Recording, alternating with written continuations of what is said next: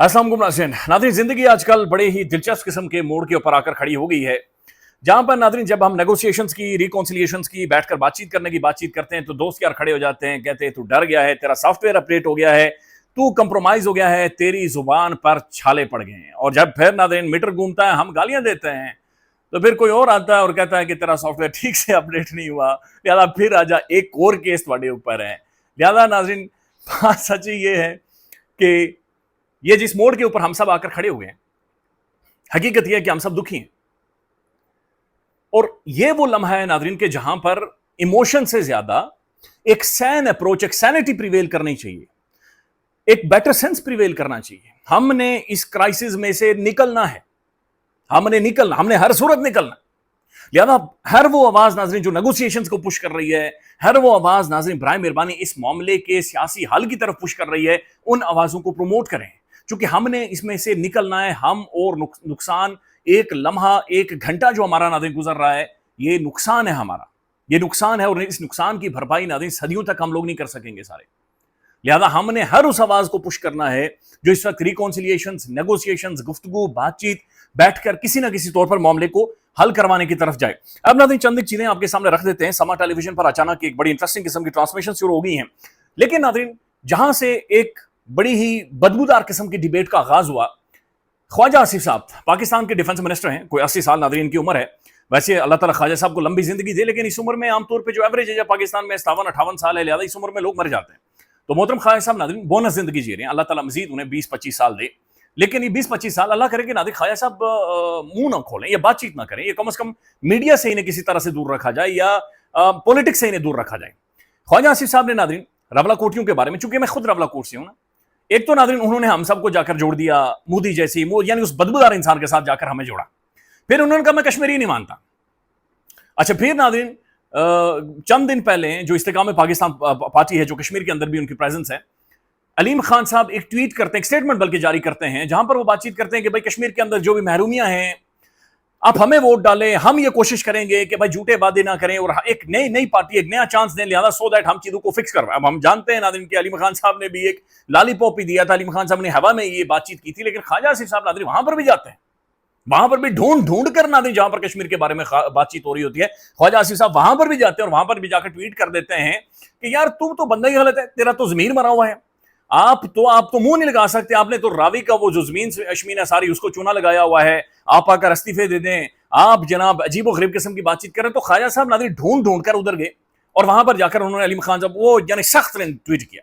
फिर नाज़रीन आज से चंद दिन पहले एक खातून ने सोशल मीडिया के ऊपर तस्वीर शेयर की और उसने पूछा कि लंबे बाल ठीक है, शॉर्ट बाल ठीक है। अब ख्वाजा साहब मेरी तरह नाज़रीन थोड़ा सा शौक रखते हैं, तो ख्वाजा साहब ने कहा जी लंबे बाल मेरे ख्याल में बेहतर है, सॉफ्टर टच आता है। तो सॉफ्टर टच ख्वाजा साहब, खातून चलो बाल बड़े करके सॉफ्ट टच दे देगी, ज्यादा सॉफ्ट हो जाएगा सब कुछ, लेकिन जिस मनसब के ऊपर आप बैठे हुए हैं, जिस जगह के ऊपर आप बैठे हुए हैं, जिस पोजीशन के ऊपर आप बैठे हुए हैं, वहां पर बैठकर एक मामला, एक रीजन जो कि इंतहाई सेंसिटिव हुआ पड़ा है, मेरे जैसा अनपढ़ बंदा ये समझता है कि इस वक्त इसके ऊपर कैसे बात करनी है और कैसे चीजों को आगे लेकर जाना है, आप बार बार उठ रहे हैं और बार बार बातचीत कर रहे हैं, आप उसी चीज को टोन कर रहे हैं। बल्कि एक ट्वीट हुआ है नाज़रीन इसी दौरान, और ये शोएब सिद्दीकी साहब हैं, उन्होंने इसके ऊपर जवाब दिया। उन्होंने कहा है एक ऐसा शख्स जो 80 साल की उम्र में एक बुजुर्ग खातून से हार गया, एक ऐसा शख्स जो सियालकोट में मुंह लगाने के काबिल नहीं है, एक ऐसा शख्स जो उम्र के इस हिस्से में आकर उसे सियालकोटी अवाम से माफी मांगनी पड़ेगी। 2018 में ये जनाब 2018 से पहले ये जनरल बाजवा साहब के सुसर की, यानी बाजवा साहब के सुसर को बकायदा से ख्वाजा साहब ने टेलीफोन करके किसी तरह से जीते हैं। और बाद में भी नाज़रीन कैसे ख्वाजा साहब आप जानते हैं बकायदा से डार ब्रदर्स को नाज़रीन उन बेचारों के साथ पूरे के पूरे खानदान को के साथ क्या हुआ, किस तरह से उन्हें पॉलिटिकल विक्टिमाइज किया गया। तो अब नाज़रीन ख्वाजा साहब इधर मुड़े, हमारी तरफ मुड़े। Khwaja Sahab that's wrong.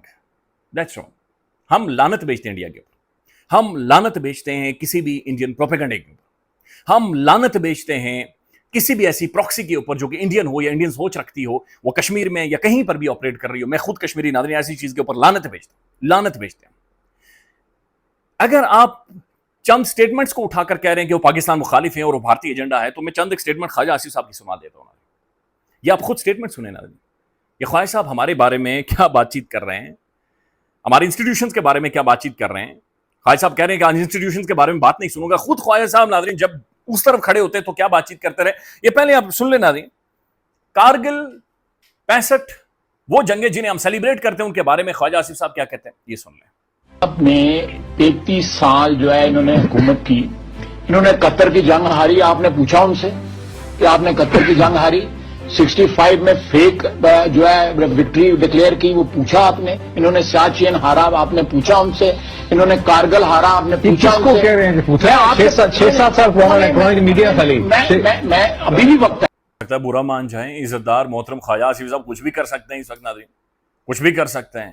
لیکن ناظرین خواجہ آصف صاحب نے قومی اسمبلی میں کھڑے ہو کر یہ کہا تھا کہ یہ جو بجٹ لے رہے ہیں یہ ہماری ہڈیوں کا گودا بھی لٹرلی نکال کر کھا رہے ہیں. کوئی کسی اور نے نہیں کہا تھا, یہی خواجہ آصف صاحب ہیں ناظرین, یہی خواجہ آصف صاحب ہیں. انہوں نے یہ ساری گفتگو اور بات چیت کی تھی, اسمبلی میں کھڑے ہو کر کی تھی, اور یہ آن ریکارڈ ہے, یہ سن لیں. دفاع کے لیے 250 ارب رکھا گیا ہے, جو بجٹ میں اس وقت ان کی ایلوکیشن ہوئی ہے ان کے اوپر ان کا حق نہیں بنتا. لیکن آج بھی یہ پوری امپیونٹی کے ساتھ اپنا سینہ چوڑا کر کے ڈیفنس بجٹ کو کلیم کر رہے ہیں اور مانگ رہے ہیں قوم سے. قوم کی ہڈیوں سے گوشت تک جو ہے انہوں نے نچوڑ لیا ہے اور اتار لیا ہے. جہاں پر کچھ ایسی گفتگو اور بات چیت خواجہ آصف صاحب کر رہے ہیں, اب سن لیں برائے مہربانی. یہ اسلحہ جو ہم نے اپنی دفاعی افواج کو دیا ہوا ہے, یہ ہم نے ہندوستان کے آگے ان کو لڑنے کے لیے دیا تھا. یہ آج جو F-16 مانگے جا رہے ہیں 5 ارب ڈالر کے عوض, کیا اس سے بلوچستان پہ بمباری ہوگی, وزیرستان پہ بمباری ہوگی, یا سندھ پہ بمباری ہوگی, یا پنجاب پہ بمباری ہوگی؟ آپ ہمیں حب الوطنی نہ سکھائیں خواجہ صاحب, آپ یہ بات کر ہی نہیں سکتے. یہ جو چورن ہے نا یہ حب الوطنی کا اور یہ ساری چیزوں کا, آپ کو کوئی ٹھپا خاص نہیں لگا ہوا, آپ لوگوں کو آپ کو خاص ٹھپا نہیں لگا ہوا. ہم ایل او سی کے اوپر جیتے ہیں, we lived L O C line of control, ہم وہ جیتے, ہم وہ زندگی جیتے ہیں. ہم اداروں کی امپورٹنس جانتے ہیں, ہم بارڈر کے اوپر کھڑے ہوئے فوجی کی اہمیت جانتے ہیں, ہم اس کی زندگی کی, اس کی موجودگی کی قدر و قیمت جانتے ہیں, because we leave L O سی. خواجہ صاحب ہم اس لائن آف کنٹرول کو روزانہ کی بنیاد پر جیتے ہیں. لہذا ایک معاملہ جو کہ پولیٹیکلی ڈیفیوز ہونا چاہیے, ایک معاملہ جہاں پر آپ جیسے اس عمر میں آ کر لوگوں کو سارٹ آؤٹ کروانا چاہیے, وہ اس عمر میں آ کر ٹھٹھے اڑا رہے ہیں. خواجہ صاحب بہتر یہ ہے میرے خیال میں, وہ جو آپ نے کہا تھا نا کہ بال لمبے رکھنے سے اس خاتون کی سافٹ ٹچ آ جائے گا, تو سافٹ ٹچ, تھوڑا سا سافٹ ٹچ مزید انہیں گائیڈ کرے, دیٹس بیٹر. سما ٹیلی ویژن کے اوپر ناظرین محترم D G I S P R صاحب کی پریس کانفرنس کے بعد اچانک سے پوری ٹرانسمیشن چلی ہیں, اور ان ٹرانسمیشنز میں یہ کہا جا رہا ہے کہ بھائی اچھی حکمرانی کے بغیر معاملات بہتر نہیں ہو سکتے, اور پھر گڈ گورننس کے لیے کچھ کرنا پڑے گا. اور یہ ناظرین کچھ کرنا پڑے گا کا مطلب یہی ہے کہ بھائی یہ کچھ ہو گیا ہے. یہ ناظرین جو نظام ہے, یہ جو سسٹم ہے, جس سسٹم کے بارے میں کہہ رہے ہیں کرپل کر گیا ہے 4 سال ناظرین شبانہ روز محنت کے بعد, اب نظام کی جو چولہے ہیں, نظام کی کر کے آوازیں آ رہی ہیں.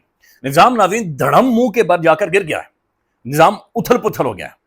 تو وہ جو 14-15 گھنٹوں کی شبانہ روز محنتیں تھی ناظرین, وہ جو عمران خان نے کہا تھا نا کہ تم مجھے گرانے میں لگے تھے, تم نے سوچا ہی نہیں میں گرا تو مسئلہ بن کر کھڑا ہو جاؤں گا. ناظرین آج پورے کا پورا سسٹم, پوری کی پوری کہانی, پوری کی پوری عمارت ناظرین مسئلہ بن گئی ہے.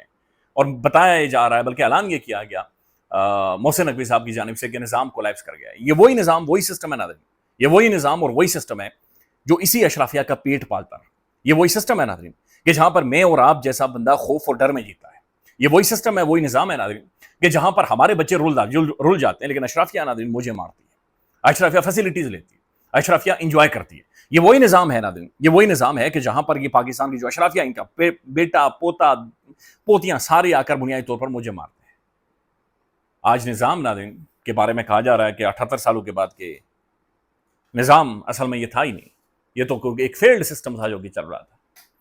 4 جنریشنز کی جوانیاں لڑک گئی, 4 جنریشنز کی جوانیاں ختم کرنے کے بعد آج ہمیں محسوس ہوا کہ ناظرین نظام ہی, یہ تو نظام ہی ناظرین فارغ تھا, یہ نظام ہی ناظرین لگڑ بگڑ تھا, اس کے اندر تو جان ہی نہیں.